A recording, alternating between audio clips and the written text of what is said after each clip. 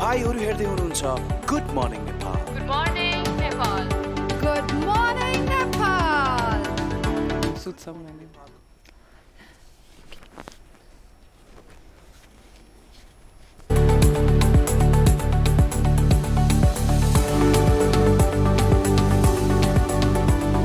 Good morning Nepal. Good morning Nepal.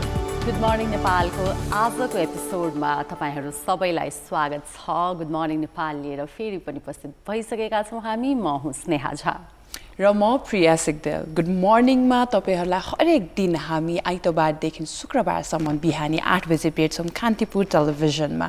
र साथै विश्वको कुनै पनि ठाउँमा हुनुहुन्छ भने तपाईँहरूले हामीलाई kantipurtv.com-बाट पनि हेर्न सक्नुहुन्छ। आजको मितिको बारेमा भन्नुपर्दा आज 2080 साल जेठ महिनाको 8 गते, तदनुसार 2023 साल मे महिनाको 22 तारिक हो। बार भने आज सोमबार र तिथिको कुरा गर्नुपर्दा जेठ शुक्ल तृतीया तिथि आज। र यस सँगसँगै प्रिया, हामीले अस्ति भर्खरबाट टुर्नामेन्ट स्पोर्ट्सहरूको सिजन सकिन लाग्यो भनेर होइन क्रिकेटको गफ गरिरहेको थियौँ, तर आजबाट फेरि अर्को एउटा स्पोर्ट टुर्नामेन्ट पनि हाम्रो देशमा सुरु भएको छ। हो, हामीले यो टुर्नामेन्टको कुरा गरिराख्दाखेरि लास्ट विक पनि एकदमै इन्ट्रेस्टिङ एपिसोड पनि गरिसक्यौँ भलिबलकै बारेमा, जुन चाहिँ भलिबलको हामी कुरा गर्दा चाहिँ काबा महिला भलिबल च्याम्पियनसिप 2023 जुन अस्ति पनि हामीले कुरा गरिसक्यो आजबाट सुरु हुँदैछ। र आजबाट सुरु भइराख्दाखेरि तपाईँहरूले जतिजनाले त्यो एपिसोड मिस गर्नुभयो त्यसमा हाम्रो कोच र नेसनल प्लेयरको एक्सपिरियन्स कस्तो छ, के एक्सपेक्टेसन छ, तपाईँले त्यो पनि गएर युट्युबमा गएर कान्तिपुर टेलिभिजनको त्यहाँ गएर पनि फेरि त्यो एपिसोड हेर्न सक्नुहुन्छ। एकदम। र यो काभा महिला भलिबल च्यालेन्ज कपको कुरा गर्नुपर्दाखेरि यो काभा भनेपछि सेन्ट्रल एसियन भलिबल एसोसिएसन हो। यो चाहिँ एसियन लेभलको volleyball competition, women volleyball competition हुँदैछ 2023 र आजबाट सुरु हुँदैछ, काठमाडौँमा हुँदैछ र यो जेठको 14 गतेसम्म चल्नेछ। विभिन्न समूह चरणमा खेलहरू खेलाइनेछन्, भलिबलका कम्पिटिसनहरू हुनेछ। र यो कहाँ हुनेछ भन्दाखेरि त्रिपुरेश्वर स्थित राष्ट्रिय खेलकुद परिषदको कवच हलमा हुनेछ सबैजसो खेलहरू, र तपाईँहरूले त्यही गएर पनि हेर्न सक्नुहुन्छ। र त्यहाँ जान भ्याउनु भएन भने वन्स अगेन कान्तिपुर टेलिभिजन छँदैछ। कान्तिपुर टेलिभिजनबाट र यस सँगसँगै कान्तिपुर टेलिभिजनसँगै सिनेप्लेक्स एचडीबाट र कान्तिपुर टिभीको विभिन्न एप्सहरूबाट पनि तपाईँहरूले यो भलिबल च्याम्पियनसिपको खेलहरू लाइभ हेर्न सक्नुहुन्छ। हो, र 8 वटा टिम सहभागी भइरहेको छ। नेपाल जस्तै गरेर चाहिँ समूह एमा भन्यो भने बङ्गलादेश, भारत र किर्गिस्तान छ भने समूह बीमा उज्बेकिस्तान, श्रीलङ्का, मालदिभ्स र काजाखस्तान छन्। र राउन्ड रोबिन लिगबाट शीर्ष 2 टिम सेमिफाइनलमा पुग्ने छन् भनेपछि यो लिग गेम हो। र बिस्तारै आजबाट सुरु हुने लिग गेममा चाहिँ बिहान 9:30 बजेदेखि बेलुका 7 बजेसम्म हुन्छ। र बिहानदेखि बेलुकासम्म कसको गेम छ त्यो पनि भनिदिनुहोस्। एकदम। आजको खेलको कुरा गरौँ होइन, र आज 4वटा खेल हुँदैछन्। आज पहिलो दिन हो र पहिलो दिनको खेलमा 4वटा खेल छन्।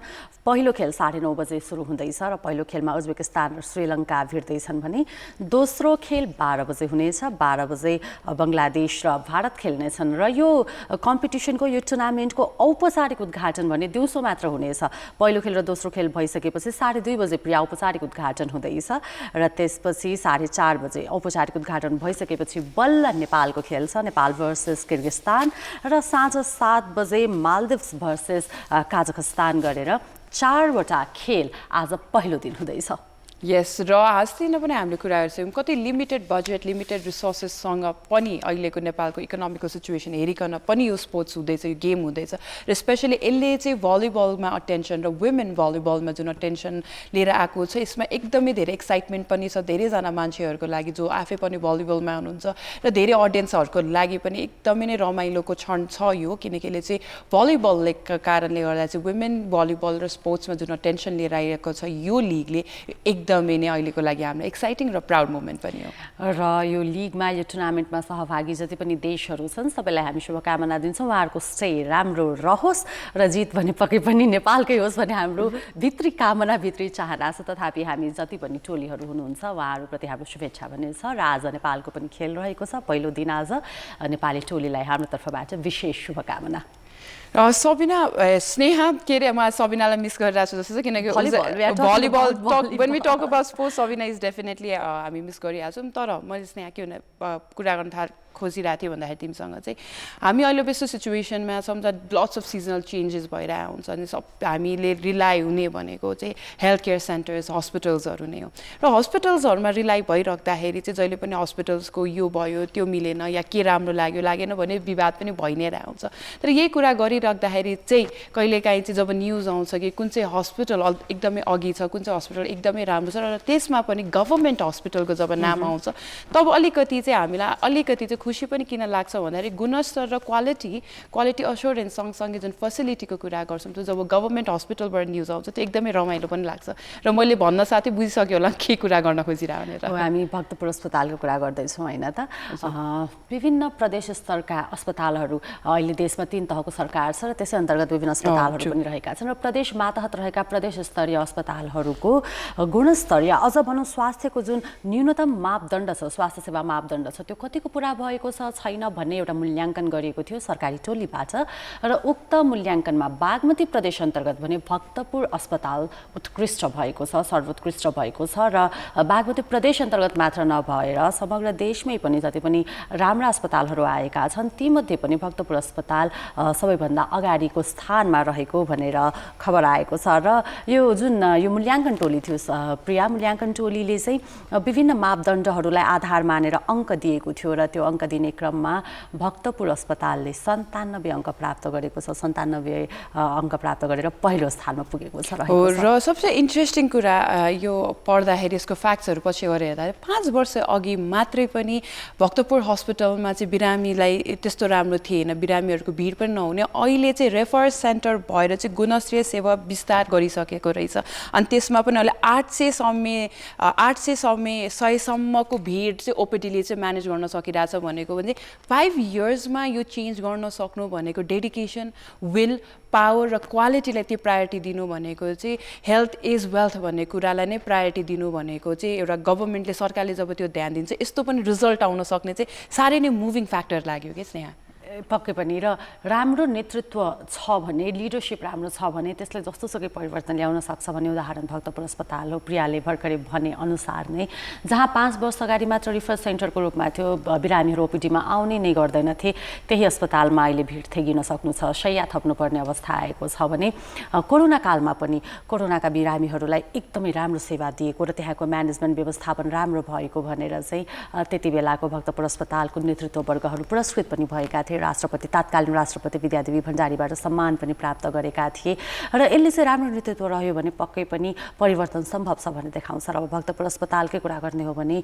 प्रिया आफैमा इतिहास बोकेको अस्पताल हो नेपालमा सबैभन्दा पुरानो अस्पताल वीर अस्पताल मानिन्छ भने वीर अस्पताल पछिको दोस्रो पुरानो अस्पताल भक्तपुर अस्पताल हो र जति बेला भक्तपुर अस्पताल खुलेको थियो विक्रम सम्वत 1961 मा हो 1961 मा चन्द्रलोक डिस्पेन्सरीका नामबाट खुलेको थियो यो भक्तपुर अस्पताल अहिले भने प्रदेश स्तरीय अस्पताल छ र देशकै उत्कृष्ट प्रदेश स्तरीय अस्पताल पनि बन्न सफल भएको छ हामी बधाई दिन्छौँ भक्तपुर अस्पताललाई जसले लिड गरिराख्नु भएको छ उहाँलाई र सँगसँगै त्यहाँ काम गरिरहनुभएका सम्पूर्ण स्वास्थ्य कर्मीहरूलाई पनि र यो हाम्रो लागि एउटा मार्ग पनि हुनसक्छ अन्य अस्पतालहरूको लागि चाहिँ कसरी हामीले हाम्रो क्वालिटी एस्योरेन्स गरिराख्ने कसरी चाहिँ लिडरसिपलाई प्राथमिकता दिने हेल्थ वर्कर्सलाई प्रायोरिटी दिने र सबसे इम्पोर्टेन्ट पेसेन्ट्सहरूलाई हामीले कस्तो वातावरण दिन्छौँ कस्तो क्वालिटी दिन्छौँ यस्तो गऱ्यो भने पक्कै पनि तपाईँको अस्पताल पनि नम्बर 1 मा आउन सक्छ सो त्यही भएर यो पनि एउटा कम्पिटिसन एउटा हेल्दी कम्पिटिसन राखेर चाहिँ कसरी चाहिँ हामीले पेसेन्टहरूको लागि जनताको लागि राम्रो वातावरण बनाउन सक्ने पनि एउटा जनचेतना आउन सक्छ एकदम प्रिया र अब अर्को एउटा चर्चातर्फ लागौँ गएको 1-2 दिन यता अर्को एउटा कुराले पनि राम्रै चर्चा पाइरहेको छ नेपालमा भर्खरै मात्र यो विभिन्न किसिमका रेकर्डहरू बन्ने क्रम जारी छ प्रिया यसै क्रममा हाम्रो देशभित्र अर्को एउटा रेकर्ड बनेको छ शुक्रबार एकजना व्यक्तिले सगरमाथाको सफल आरोहण गर्नुभयो अब यो सुन्दाखेरि चाहिँ यो के अचम्म भयो त भन्ने हुनसक्छ होइन सगरमाथाको सफल आरोहण गर्ने व्यक्ति धेरै हुन्छन् यसमा के नौलो कुरा भयो भन्दाखेरि तपाईँहरूमध्ये धेरैले यो समाचार पढि पनि सक्नुभएको होला हामी कुरा गरिरहेका छौँ हरिबुढा मगरका बारेमा हरिबुढा मगरले शुक्रबार मात्र सगरमाथाको सफल आरोहण गर्नुभएको छ हरिबुढा मगर धेरैका लागि सुनिएको नाम परिचित अनुहार हो र तपाईँहरूलाई थाहा छैन हरिबुढा मगर को हुनुहुन्छ भने हरिबुढा मगरका बारेमा थोरै भनौँ हरिबुढा मगर रोल्पाको हुनुहुन्छ उहाँको मूल घर रोल्पा हो तर उहाँ चाहिँ बेलायती सेनामा हुनुहुन्थ्यो र बेलायती सेनामा रहँदाखेरि एउटा युद्धमा दुर्घटनाका क्रममा उहाँले आफ्नो दुवै खुट्टा गुमाउनु भएको थियो र अहिले उहाँसँग आर्टिफिसियल लेग छ आर्टिफिसियल खुट्टा छ र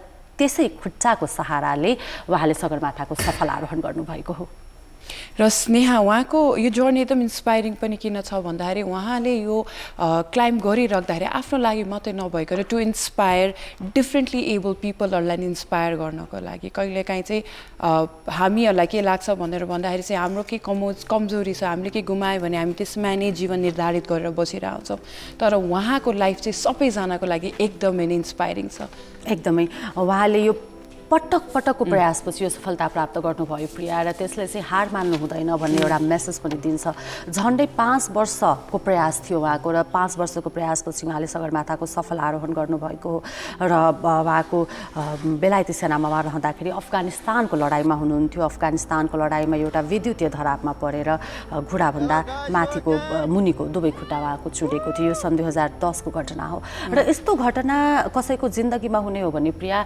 एक हदसम्म सेल्फ कन्फिडेन्स आफूमाथिको विश्वास टुट्छ तर हरिबुढा मगर किन पनि प्रशंसनीय उदाहरणीय अनुकरणीय व्यक्तित्व हुनुहुन्छ भने उहाँको त्यो विश्वास टुटेन झनै धेरै विश्वासिलो भएर उहाँ आउनुभयो उहाँको भिडियो यो हेरिराख्दा उहाँको जर्नीको बारेमा कुरा गरिराख्दा मलाई त चिल्स नै आइसकेको छ हामी कति हिम्मत भने लाइफमा करेज कस्तो हुनुपर्छ भनेर उहाँको क्लाइम्बिङ ब्याटल मात्रै नभइकन पनि लिगल ब्याटल पनि एकदमै नै गाह्रो रहेको थियो किनकि 2017 मा नेपाल गभर्मेन्टले चाहिँ डिफ्रेन्टली एबलहरूलाई चाहिँ ब्यान नै गरिदिएको थियो एम्प्युटिजहरूलाई टु क्लाइम्ब माउन्ट एभरेस्ट तर त्यो लिगल ब्याटलबाट पनि अघि आएर यो क्लाइम्ब गर्न सक्नु भनेको पनि एकदमै नै ठुलो कुरा हो स्नेहा यो आँट पक्कै पनि सामान्य आँट होइन प्रिया हामीले भिडियोमा हेरिरहेका छौँ र एज यु सेड यो भिडियो हेर्दाखेरि त्यो भित्रबाट एकदम त्यो थ्रिलिङ फिल आइरहेको हुन्छ होइन र पक्कै पनि उहाँको यो आँटलाई सलाम गर्नुपर्छ हामीले सल्युट गर्नुपर्छ र उहाँले कीर्तिमान राख्नुभएको छ कीर्तिमान बनाउनु भएको छ कृत्रिम खुट्टाको सहायताले उहाँले सगरमाथा आरोहण गर्नुभयो र कीर्तिमान राख्नुभएको हो र ठ्याक्कै उहाँले राख्नुभएको कीर्तिमान के छ भन्दाखेरि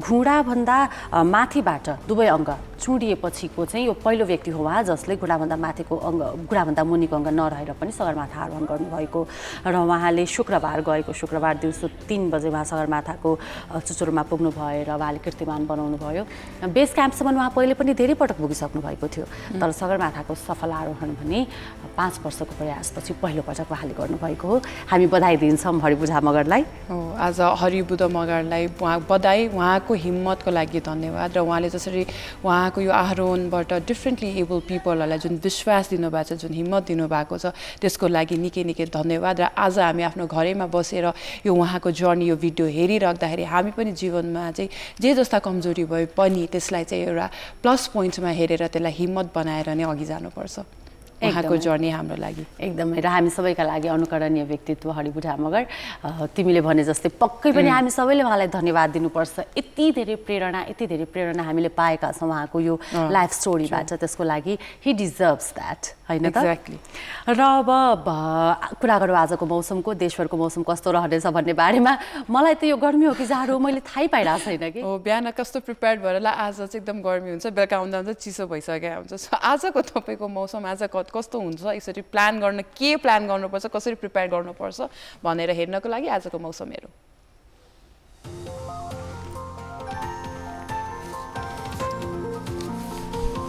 आज पनि मौसम पुरा खुलेको जस्तो देखिँदैन पूर्वबाट हेर्ने हो भने कोशी प्रदेशमा बादल लाग्ने पानी पर्ने सम्भावना छ भने मध्य प्रदेशमा मौसम सामान्यतया सफा छ कोशी प्रदेशको तुलनामा अपराह्नपछि भने बिस्तारै बादल लाग्ने तर त्यो मध्य प्रदेशबाट माथि पहाडतिर उक्लिँदै जाने हो भने बादल लाग्ने सम्भावना देखिन्छ बागमती प्रदेशमा भने 2-3 बजेपछि पानी पर्ने सम्भावना देखिएको छ गण्डकी प्रदेशमा पनि अपराह्नभन्दा अगाडि मौसम सफा रहने र अपराह्नपछि बिस्तारै बादल लाग्ने र पानी पर्ने सम्भावना छ भने लुम्बिनी प्रदेशमा प्रिया मौसम कस्तो सफा देखिएको छ लुम्बिनीको तराई भेगतिर मौसम सफा छ भने माथि पहाडतिर उक्लिँदै जाँदाखेरि बिस्तारै पानी पर्न सक्ने सम्भावना देखिन्छ कर्णाली प्रदेशमा पनि तुलनात्मक रूपमा मौसम सफा नै छ हामीले 1 बजेसम्ममा बादल लाग्ने सम्भावना पनि देखेका छैनौँ भने 1-2 बजेपछि बिस्तारै कुहिरो बादल लाग्ने सम्भावना देखिन्छ सुदूरपश्चिम प्रदेशमा पनि मौसम सफा देखिन्छ र अपराह्नपछि र थोरै पहाडी क्षेत्रतिर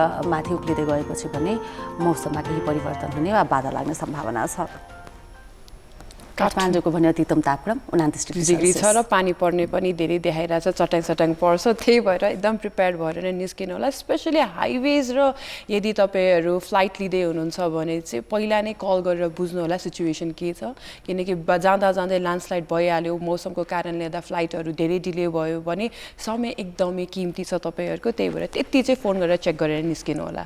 डेफिनेटली। र गुड मर्निङ नेपालमा हामीसँग चर्चा गर्नुपर्ने विषयवस्तुहरू अझै पनि बाँकी छन्। त्योभन्दा अगाडि बेला भएको छ एउटा ब्रेकको।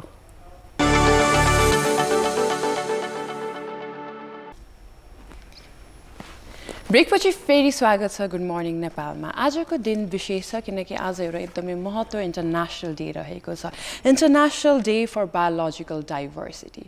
बायोलोजीको जब कुरा गर्छौँ हामी, डाइभर्सिटीको जब कुरा गर्छौँ, बायोडाइभर्सिटीको जब कुरा गर्छौँ, तब हामीले बेसिकली बुझ्छौँ यो इकोसिस्टमको बारेमा। यो इकोसिस्टम जसले ब्यालेन्स गर्छ ह्युमन्सलाई, प्लान्ट्सलाई, एनिमल्सलाई। र बायोडाइभर्सिटी कन्जर्भेसनलाई अझै पनि हामीले स्पेसिफाई गर्छौँ भने प्लान्टलाई, living plants, different species of animals र माइक्रो अर्गानिजमको ब्यालेन्सलाई, जसको ब्यालेन्सले गर्दाखेरि ओभरअल यो अर्थको सिस्टम र स्ट्रक्चर बनाएको हुन्छ।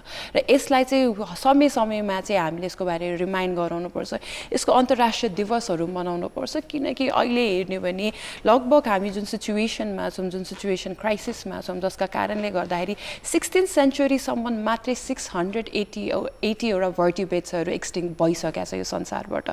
र अझै पनि 1 मिलियन प्लान्टदेखि ल्याएर एनिमल स्पिसिसहरू, डिफ्रेन्ट एनिमल स्पिसिसहरू थ्रेटनको एक्सटिङसनको पोजिसनमा नि छ। त्यही भएर आजको यो बायोडाइभर्सिटीको दिवसमा, यो अन्तर्राष्ट्रिय दिवसमा चाहिँ हामीले रिमाइन्डर कि अब आउने प्लान्समा अन्तर्राष्ट्रिय दिवस मनाइराख्दाखेरि चाहिँ हाम्रो सस्टेनेबल प्र्याक्टिसेसहरू कस्तो छ, जसले चाहिँ बायोडाइभर्सिटीलाई कन्जर्भ गर्न सक्छ कि सक्दैन भनेर आजको यो दिवस। पक्कै पनि प्रिया।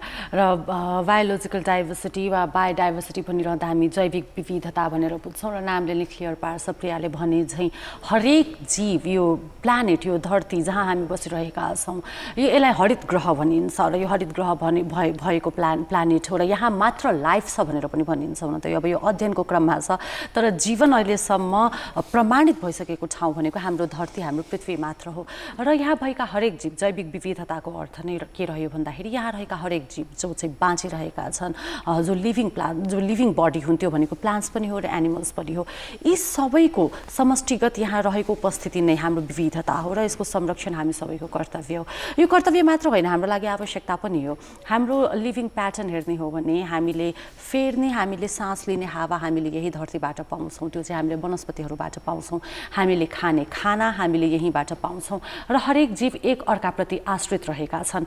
कुनै जीव कार्निभरस हुन्छन्, हर्बिभरस हुन्छन्, अम्निभरस हुन्छन्, सबैको आफ्नो भोजन छ र यी सबैको चाहिँ ब्यालेन्स यो इकोसिस्टमले मेन्टेन गरेर राखेको छ। त्यही भएर पनि जैविक विविधताको संरक्षण अत्यावश्यक छ। र पछिल्लो समय केही रिसर्चहरूले केही देखाएको छ भने धेरै महामारी र रोगहरू चाहिँ जुन यहाँको नेचुरल इकोसिस्टम छ, जैविक विविधता छ, त्यसमा बिस्तारै जुन परिवर्तनहरू आउँदै गएको छ, त्यसका कारणले धेरै जसो रोगहरू आउने गरेका छन्। र हामीले यो म्यानमेड, हामीले हाम्रा व्यवहारहरूका कारणले हुने जुन परिवर्तन छ, त्यसलाई मात्र कन्ट्रोल गर्न सक्यौँ भने धेरै रोगहरूबाट हामी सुरक्षित रहन सक्छौँ। हो स्नेहा, तिमीले भनेको कुरा एकदमै ट्रु हो। अवेरनेस र इग्नोरेन्स जुन छ हामी ह्युमन्सहरूमा इक्वली नै ब्यालेन्स छ। त्यसका कारणले गर्दाखेरि चाहिँ बायोडाइभर्सिटी कन्जर्भेसनको एक्टिभिटिज र अवेरनेसहरू पनि हामीले समयमा एकदमै बढिरहेको देख्छौँ। किनकि यसमा कुरा गर्न र यसमा चर्चा गर्न र एजुकेट गर्न स्कुल लेभलदेखि, मिड लेभलदेखि प्रोफेसनल लेभलसम्म पनि यसको अवेरनेस त्यति नै समयसँगै हेर्ने हो भने स्नेहा एकदमै महत्त्व पनि बढेको छ। र नेपालकै कुरा गर्ने हो भने नेपाल एउटा फ्लोरा एन्ड फौना कन्ट्री भन्छौँ। बायोडाइभर्सिटीको जब कुरा गर्छौँ हामी एकदमै माथि छौँ जब नेचुरल बिङ्सहरूको कुरा गर्छौँ। तर नेपाल पनि बस्न नसकेको भनेको क्लाइमेट चेन्जका कुराहरू पनि आउँछ र यो धेरै कुराहरू पनि छ स्नेहा। र यो आज हामीले यसरी नै WWF को जो चाहिँ नेपाल हेर्ने हो भने एकदमै अघि छ जब कन्जर्भेसनको कुरा आउँछ। तर यसमा नै वर्ल्डबाट चाहिँ कस्तो के छ, यो अलिकति हामीले सर्ट इन्टरभ्यू पनि रेडी गरेको छौँ। एक्चुअली त्यो हेर्ने बायोडाइभर्सिटीको दिन आज हामी यो इन्टरभ्यू हेरेर नै यसमा अझै चर्चा गरौँ।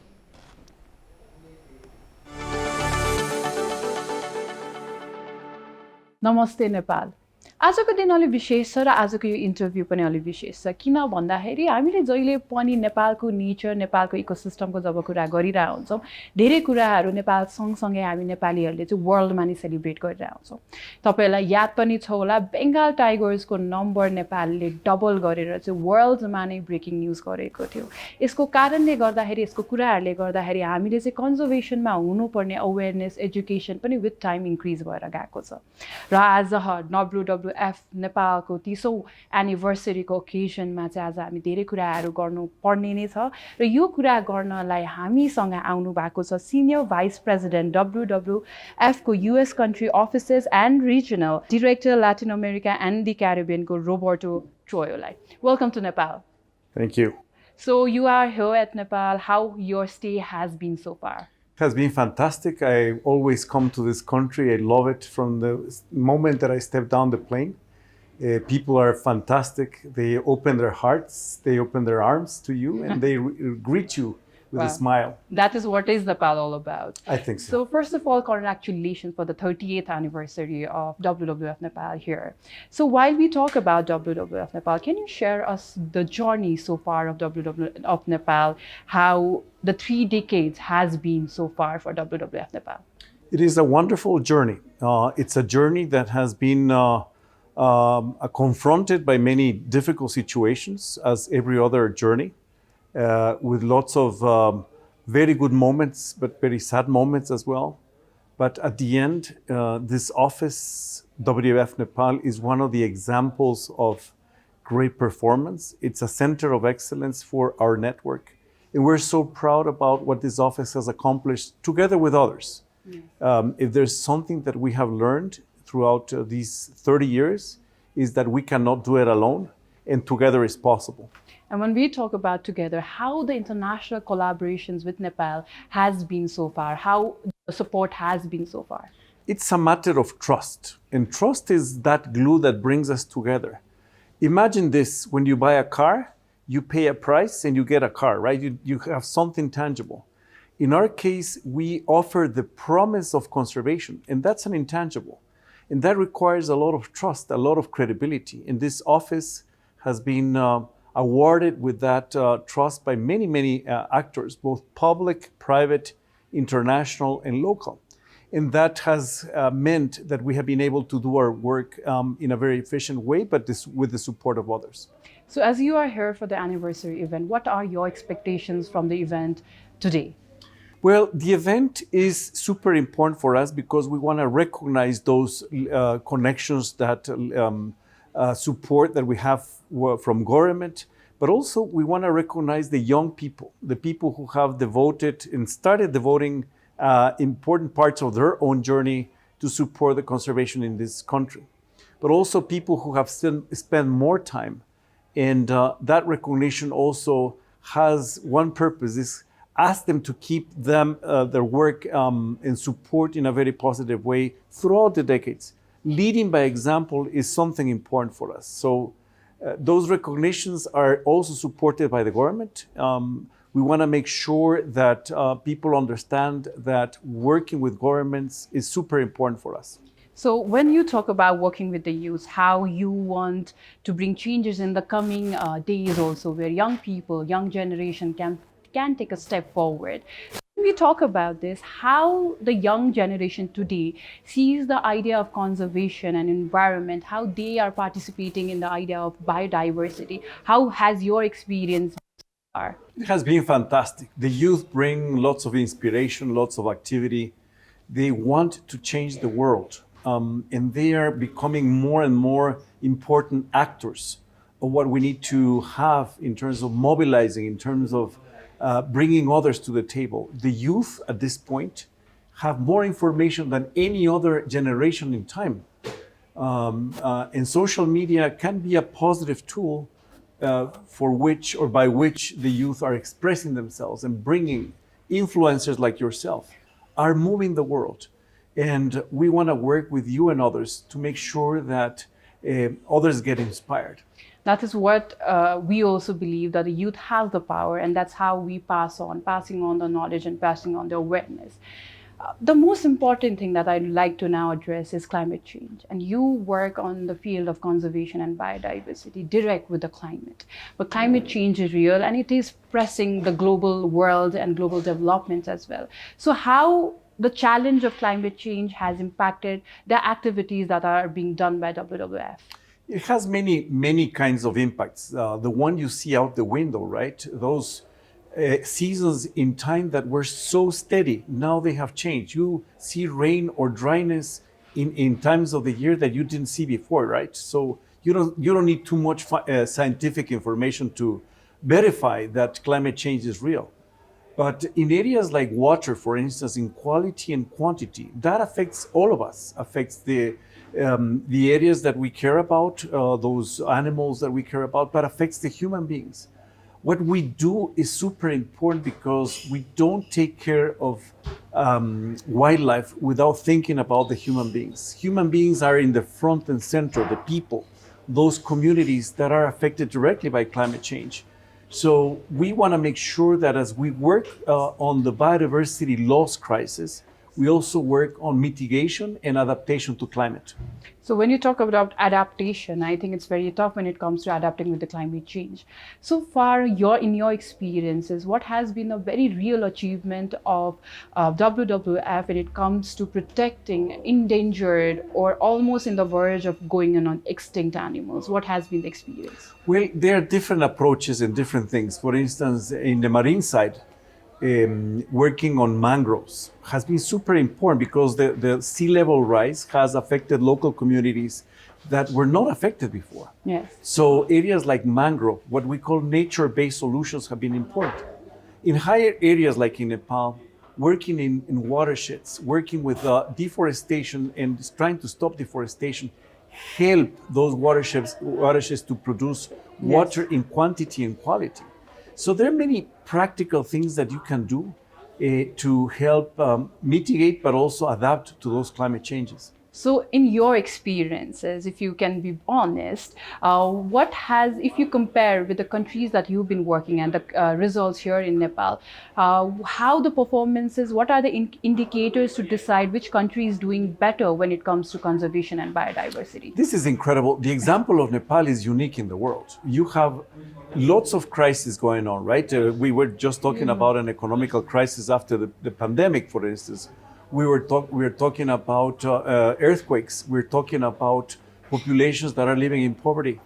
But even there, you find a permanent response from the community in terms of doubling the number of tigers in the wild, for instance, in the Chitwan National Park. Yes. How is that possible?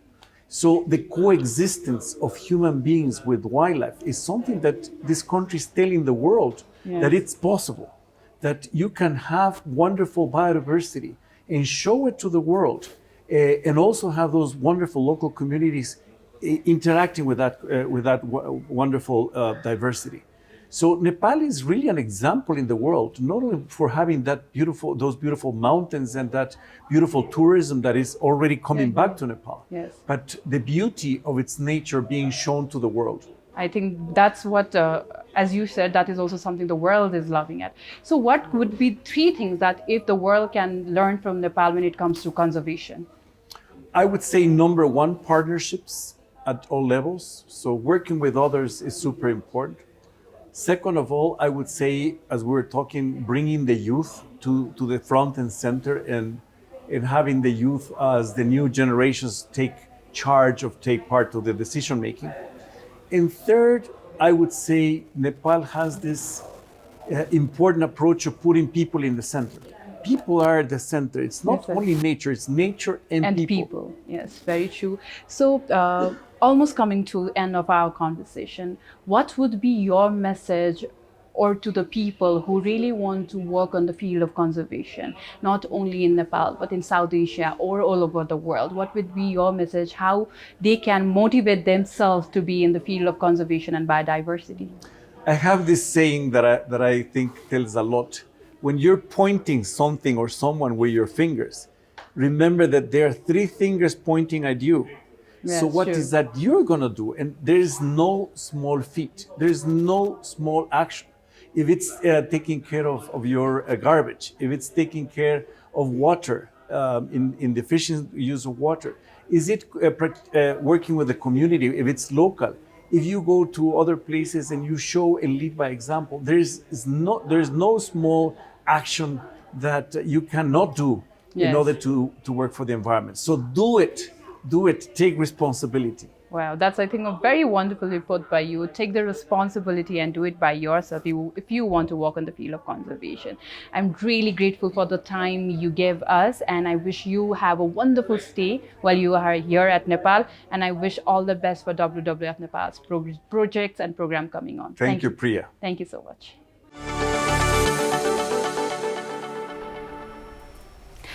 प्रिया, अब मैले यो conversation हेरिसक्दाखेरि चाहिँ अब यो कन्भर्सेसनबाट लामो conversation थियो, लगभग हामीले 10 मिनट जति गफ गऱ्यौँ होइन। ठ्याक्क तिमीलाई चाहिँ एकदमै महत्त्वपूर्ण लागेको केही कुराहरू वा तिमीले सिकेको केही कुराहरू भन्नुपर्दाखेरि तिमी के भन्छौ?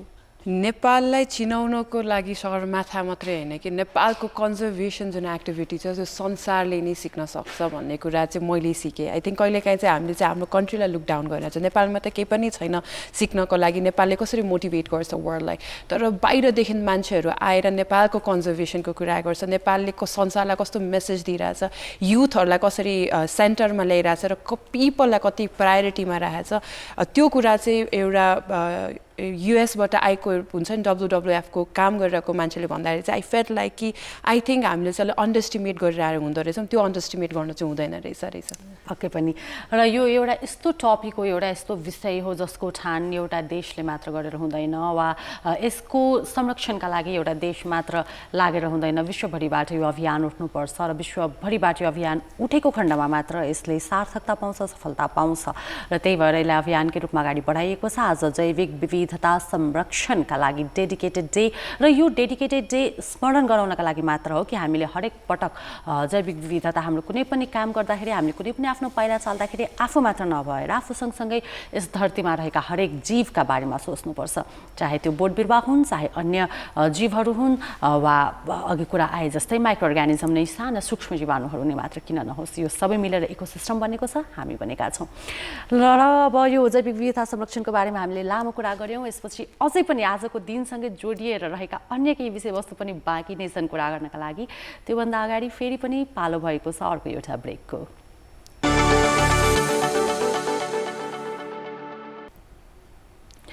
ब्रेकपछि फेरि स्वागत छ। गुड मर्निङ नेपाल हेरिरहनु भएको छ र आज 22 मे हामीले बायोडाइभर्सिटीको कुरा गऱ्यौँ, जैविक विविधताको कुरा गऱ्यौँ र संसारमा रहेका हरेक जीवको संरक्षण आवश्यक छ, हरेक जीवको सम्मान आवश्यक छ भनिरहँदाखेरि संसारमै भएका एक जीव हामी पनि हौँ। थुप्रै जीव छन् नि, थुप्रै जीवमध्येको एक हामी मानव, र मानव प्रजाति मानव जातिमध्ये पनि एक इन्डिभिजुअलको कुरा गर्नु पर्दाखेरि एउटा व्यक्तिगत म तपाईँ हामी सबै होइन, एक इन्डिभिजुअल। र आज यो समस्त जीवहरूको संरक्षणको दिन सँगसँगै आज अर्को एउटा विशेष दिन पनि छ, र त्यो भनेको आफैलाई आफ्नो यो दिन आफैप्रति सेलिब्रेट गर्ने, आफैप्रति डेडिकेट गर्ने आफू हुने दिन पनि हो आज। र ठ्याक्कै यो टर्मिनोलोजी भन्नुपर्दाखेरि आजको दिनलाई चाहिँ इन्टरनेसनल बिइङ यु डे पनि भनिन्छ। वाओ, यस्तो डेको बारेमा सुन्दाखेरि I feel so much confident कि मलाई चाहियो यो दिन, हरेक दिन चाहियो। डेफिनेटली यो हरेक दिन हुनैपर्छ र हरेक दिन तिमी जो हो त्यो तिमी हरेक दिन रहिरह, तिमी अरू कसैको लागि तिम्रो आफ्नो स्वाभाविक स्वरूप, आफ्नो बानी बेहोरा, आफ्नो एटिट्युडमा चेन्ज ल्याउनु पर्दैन, तिमी जे हो त्यो त्यही सही हो र त्यही नै राम्रो हो भन्ने मेसेज दिनको लागि नै यो दिन हो। र यो आज एक दिन मात्र म जे हो त्यो हो भनेर रहिरहने होइन कि यो मेसेज हो, तर यसले एउटा अर्को सन्देश पनि दिएको छ। संसारमा सबै मानिस एउटै भइदिने हो भने धरती चल्दैन, हामी रहनै सक्दैनौँ। सायद म जस्तै, ठ्याक्कै म जस्तै कोही अर्को मान्छे हुने हो प्रिया भने म सायद त्यो मानिसलाई एक सेकेन्ड पनि टलरेट गर्न सक्दिनँ होला। Very true. आई थिङ्क तिमीले यो भनिराख्दाखेरि मैले कस्तो फिल गर्यो भन्दाखेरि international being you day celebrate गर्दाखेरि हामी कति भागादौड गरेर आउँछौँ, कति एउटा बच्चा बेलामा जति सपनाहरू देखिरहन्छ, इम्पोसिबल सपनाहरू पनि म बन्न सक्छु भन्ने सपनाहरू देखिरहन्छ, त्यसै छुट्टै एउटा कन्फिडेन्स, हिम्मत हुन्छ। मुस्कानमा पनि हाँस्दाखेरि पनि धेरै नसोचिकन हाँस्छौँ, तर अहिले समय सँगसँगै हामी जति ठुलो हुँदै जान्छौँ, मटेरियलिस्टिक एजमा जाँदैछौँ, भागादौडमा जाँदैछौँ, त्यो ती सपनाहरू पनि हामी छोडिदिइरहन्छौँ।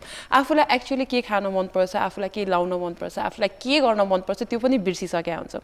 तर आज आई थिङ्क यो दिन चाहिँ त्यो रिमाइन्डर हो कि यो सबै चिजलाई हामीले बिर्सिराख्दाखेरि चाहिँ आज यसो आफूलाई रिमाइन्ड गराउने कि अहो मलाई त यो गर्न साह्रै मनपर्छ, आज मेरो लागि हो यो दिन, सो म मेरो बारेमा सोच्छु, मलाई के गर्न मनपर्छ, मलाई के गरेर टाइम स्पेन्ड गर्न मन लाग्छ, मलाई के खान मनपर्छ या मलाई के कुरा गर्न मन लाग्छ, मेरो के युनिक ह्याबिट छ जुन म खासै गर्दिनँ तर त्यो म आज त्यसलाई म सेलिब्रेट गर्न सक्ने भन्ने पनि दिन हुन सक्छ। एकदम। र सपनाका कुरा गर्नुपर्दाखेरि, लक्ष्यका कुरा गर्नुपर्दाखेरि सबैको एउटै हुँदैन। मेरा सपना फरक होलान्, अरूका फरक होलान् र यी फरक फरक सपना छन्, फरक फरक हरेक मानिससँग फरक फरक विशेषता छन्, हरेक मानिसका फरक फरक जिन्दगीका आयामहरू छन्। त्यसैले हामी सबै बाँचिरहेका छौँ, राम्रोसँग अगाडि बढिरहेका छौँ। तसर्थ हामी जे हौँ, हाम्रो इन्डिभिजुअलिटी जे छ जस्तो छ त्यसलाई सम्मान गरौँ र आफ्नो लागि पनि बाँच्नुपर्छ, आफ्नो लागि पनि जिउनुपर्छ भन्ने कुराको रिमाइन्डर यो बिङ यू डे र यो दिनको शुभकामना र बधाई हामी सबैलाई। हामी सबै जस्तो छौँ त्यस्तै रहिरहन सकौँ। अनावश्यक आफूमाथिको यो करकाप र कहिलेकाहीँ यो आफूमाथि गिल्ट पनि हुन्छ कि प्रिया, विदाउट एनी गिल्ट, कुनै पनि गिल्ट बिना आफूलाई स्वीकार्नु एकदम ठुलो कुरा हो। कमजोरी हरेक मानिसमा हुन्छन्, कोही पनि मानिस पर्फेक्ट हुँदैन। संसारमा पर्फेक्ट मानिस मात्र होइन, केही पनि पर्फेक्ट हुँदैन, कुनै कन्डिसन कुनै सिचुएसन केही पनि पर्फेक्ट हुँदैन, यो अमूर्त शब्द हो। त्यसैले हामीभित्र पनि कमजोरी छन्, मभित्र पनि कमजोरी छन्। कमजोरी सुधार्ने प्रयास गर्नु एउटा कुरा हो, तर कमजोरी सुधारको प्रयास गर्नका लागि पनि पहिले कमजोरी स्वीकार्नुपर्छ र त्यो भनेको विदाउट गिल्ट स्वीकार्ने हो। अब त्यो कमजोरी छ भनेर त्यो गिल्टमा बस्ने होइन कि फाइन म यस्तै छु, फाइन म आफूलाई ठिक पार्छु। र आज स्नेहा गुरुको हामीले यो कुरा सुनिसकेपछि बिङ युको आई थिङ्क बिङ यु डेलाई हामीले स्नेहाले भने जस्तै गरी नै सेलिब्रेट गरौँ। तपाईँ सोसियल मिडियामा गएर आफूलाई मनपर्ने चिज के हो र पोस्ट पनि गर्न सक्नुहुन्छ, के गरेर सेलिब्रेट गर्न सक्छु भने गर्न सक्नुहुन्छ। स्नेहाले भनि नै सकेको छ। र स्नेहा आजको दिन अलिक विशेष पनि किन छ भने हामी जब इतिहासको कुरा गर्छौँ, हिस्ट्रीमा जान्छौँ, हामी जब यसरी प्लेटफर्म्सहरू युज गरेर हामी इन्टरेक्ट गरेर आउँछ, यसले धेरै मान्छेहरूको लाइफ पनि चेन्ज गरिरहेको हुन्छ।